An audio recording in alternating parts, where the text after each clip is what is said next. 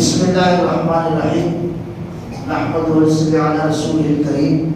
اما بعد اعوذ باللہ من الشیطان الرجیم بسم اللہ الرحمن الرحیم ان الذین اجرموا کانوا من الذین آمنوا یضحکون واذا مروا بهم یتغامزون۔ بات چل رہی تھی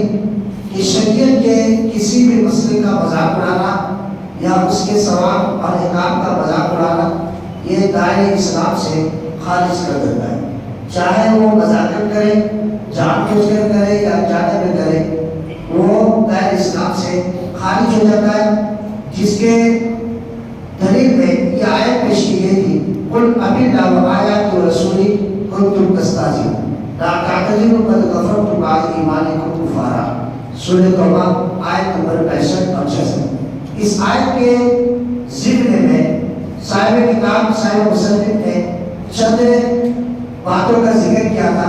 اس میں سے 8 بات گزر چکے ہیں۔ بیچ میں ایک بات سمجھانا چاہ رہے ہیں کہ علماء نے استضاء کی 2 قسم بیان کی گئی، یعنی شریعت اسلامیہ کے، قرآن کے، اسی طرح سے مسلمانوں کی، ان لوگوں کی مذاق اڑانا 2 قسم کے ہیں۔ پہلی قسم ہے قول کے ذریعے صراحت کے ساتھ استدلال، یعنی منہ پر صاف طور پر کہہ کر کے کسی کا مذاق اڑانا، دین کا مذاق اڑانا، قرآن کا مذاق اڑانا، اللہ کا مذاق اڑانا، اسی طرح سے رسول اللہ صلی اللہ علیہ وسلم کا مذاق اڑانا زبان کے ذریعے سے۔ جیسے وہ ایک آدمی نے جو محفل میں کہہ دیا کہ دیکھو قرآن پہ جو ہے بزدل ہے، ایسے ویسے، تو صاف طور پر اس نے کہا، تو بعد میں جب بہانہ بازی کیا، لیکن صاف طور پر اس نے کہا، یہ ہوا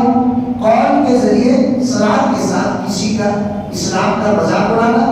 قرآن کا مذاق اڑانا، اللہ کا مذاق اڑانا، رسول اللہ صلی اللہ علیہ وسلم کا مذاق اڑانا، دین کا مذاق اڑانا، یہ قول کے ذریعے سے اپنی زبان سے کہنا۔ دوسرا اشارہ کنایہ سے استدلال کرنا، یہ عام طور پر ہمارے معاشرے کے اندر بہت زیادہ بیماری ہے۔ اشارہ کنایہ سے اگر کوئی نماز پڑھنے جائے اس کو اشارہ کر کے جو بڑا نمازی آیا جا رہا، اس طرح سے مذاق اڑا دیتے ہیں ہم، اور کبھی کبھی دین اسلام کا عمل کرتے ہیں تو دوسرے کو اشارہ کر کے بولتے ہیں کہ بڑا آیا اپنا بادشاہ دکھانے کے لیے، اور اس طرح سے تو اس طرح سے اشارہ کنایہ کے ذریعہ استدلال کرنے والوں کی مثال جیسے کہ کوئی شخص ہونٹ یا آنکھ کو ہلاتے ہوئے اشارہ کرے دوسرے کی طرف، تو وہ اس کی طرف دیکھو، اس طرح سے اشارہ کر کے کسی کا مذاق اڑانا، یا پھر ایسا اشارہ کرے جس سے سمجھ پائے کہ وہ تنقید کو استدلال کر رہا ہے، کہ کچھ اور طریقے سے اشارہ کرے جس سے سمجھ پا جائے کہ یہ دین کا مذاق اڑا رہا، مسلمان کا مذاق اڑا رہا، اللہ اس کے رسول کا مذاق اڑا رہا۔ ایسا شخص اگرچہ زبان سے صراحت استہزاء نہیں کرتا، مذاق نہیں اڑاتا ہے، پھر بھی اس کا یہ عمل مذاق یعنی استہزاء میں شمار ہوگا، کیونکہ قرآن مجید کے اندر سورہ مطففین آیت نمبر 29 میں اللہ رب العزت نے ارشاد فرمایا، ان الذین اجرموا کانوا من الذین آمنوا یضحکون واذا مروا بهم یتغامزون۔ گنہگار لوگ ایمانداروں کی ہنسی اڑایا کرتے تھے اس زمانے میں، اللہ کے نبی صلی اللہ علیہ وسلم میں دور میں گنہگار لوگ بڑے ایک لوگوں کی ہنسی مذاق، ایمانداروں کی ہنسی مذاق اڑایا کرتے تھے، اور ان کے پاس سے گزرتے ہوئے کیسے ہنسی مذاق اڑاتے تھے، آپس میں آنکھ کے اشارے سے کہتے تھے دیکھو کیسے جا رہا نماز، کیسے مسلمان جا رہے ہیں، ایسا تو اس طرح سے اس میں مذاق اڑا کرتے تھے۔ اللہ تعالیٰ نے اس کو بیان فرمایا تو مسلمانوں پر واجب ہے کہ وہ ان امور سے متنبہ ہے جن چیزوں سے اسلام کا مذاق اڑایا جا سکتا ہے، ان امور سے بھی واقف ہے، اور اسلام کا، دین کا، اللہ اس کے رسول کا مذاق، خاص کر دین اسلام علماء شریعت کے متعلق زبان درازی سے بچی۔ اللہ تعالیٰ نے قرآن مجید کے اندر ارشاد فرمایا، ما یلفظ من قول الا لدیہ رقیب عتید، انسان منہ سے کوئی لفظ نکال نہیں پاتا اگر اس کے پاس سننے کے بعد تیار ہے، اس کے ایک ایک لفظ کو لکھ رہے۔ اسی لیے اس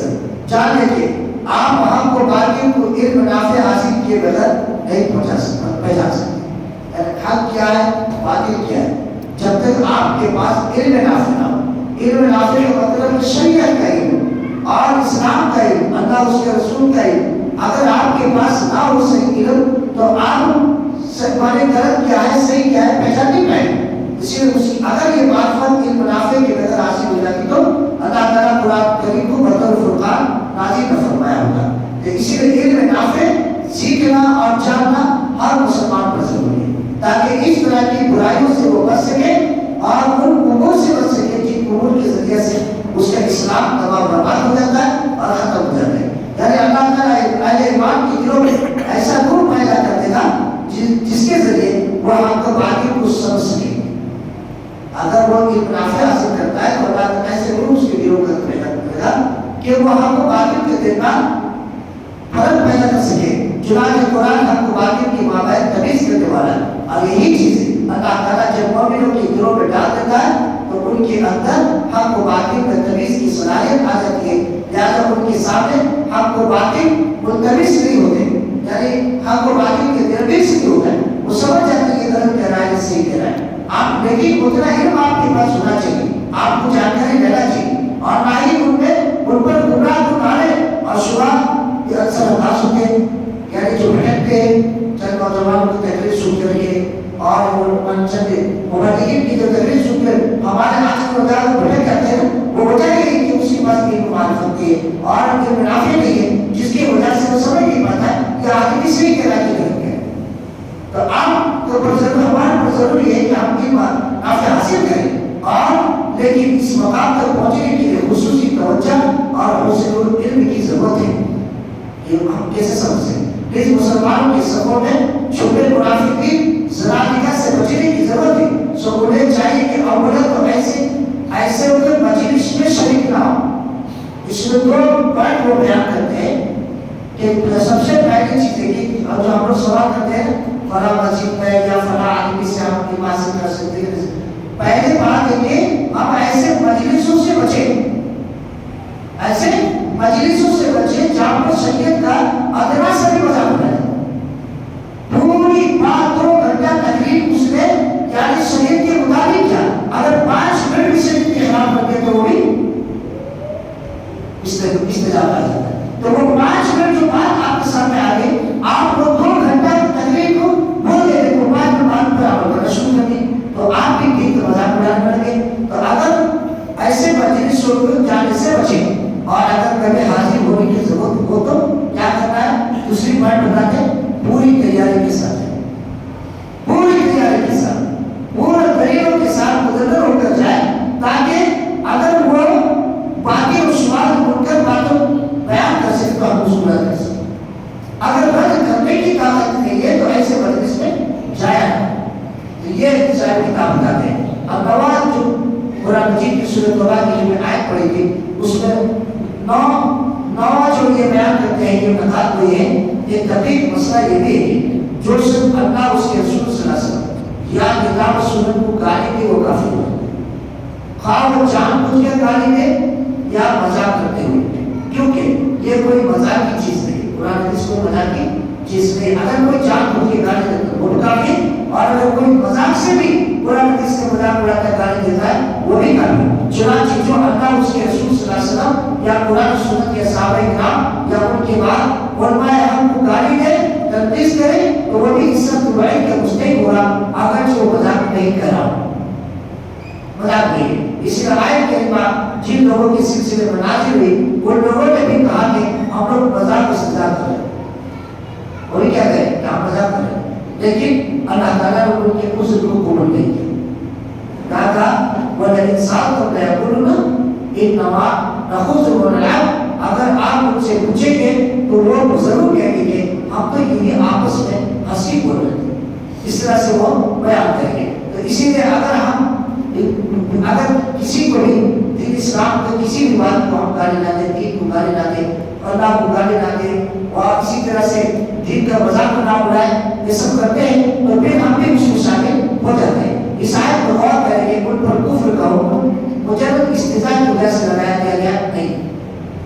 یعنی صرف استدعاء کرنے کی وجہ سے اللہ تعالیٰ نے کفر کا حکم ان پر لگایا. سو معلوم ہوا کہ اللہ اس کے رسول صلی اللہ علیہ وسلم یا اس کی آیت میں استدعاء و مذاق کی گنجائش نہیں ہے, بلکہ ان امور کا حد درجہ احترام ضروری ہے.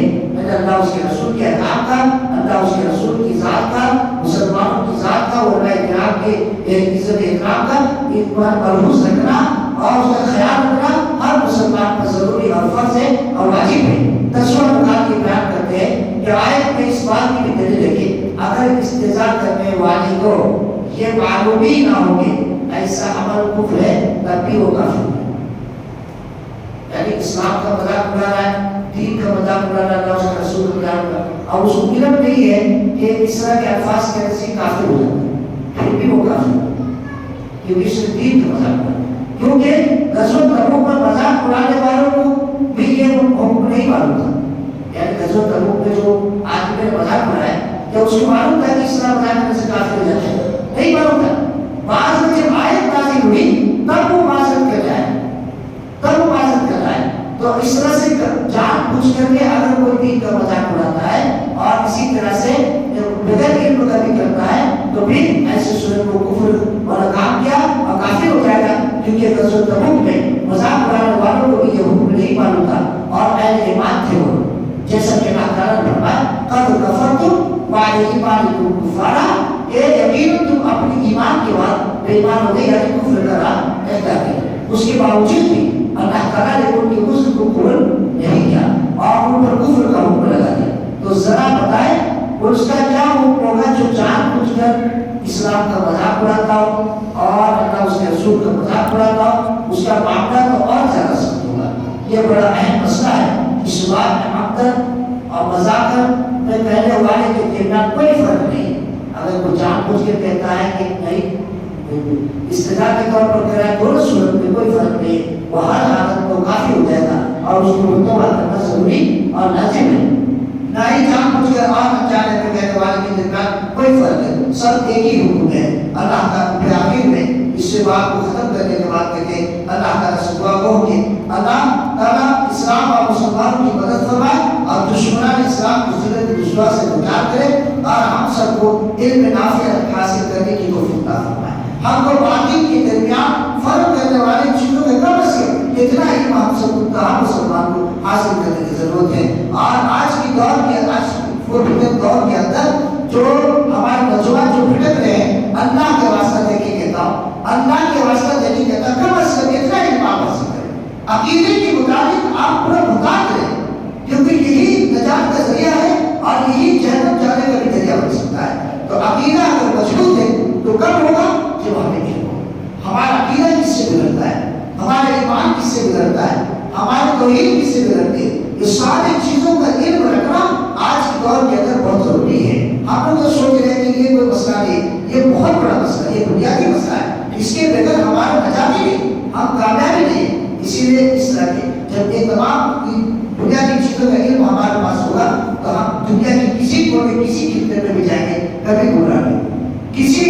مبلغ کی کسی بھی آدمی کی تقریر سنیں گے تو کبھی ہم گمراہ نہیں ہو سکتے۔ بہت ایسے مبلغ ایسے لوگ پیدا ہوئے ہیں کہ آپ کو غلط راستے کی طرف لے جائیں گے، آپ سمجھ میں نہیں پائیں گے۔ اسی لیے اللہ تعالیٰ سے دعا ہے کہ اللہ تعالیٰ ہم سب کو علم حاصل کرنے کی توفیق عطا فرمائے، اتنا علم حاصل کرے تاکہ غلط اور صحیح کے درمیان تمیز اور فرق کر سکے، اور اللہ تعالیٰ ہمیں ہمارا عقیدے کو حفاظت کرنے کی توفیق عطا فرمائے۔ آمین۔ سبحانک اللہم و بحمدک واشہد ان لا الہ الا انت استغفرک و اتوب الیک۔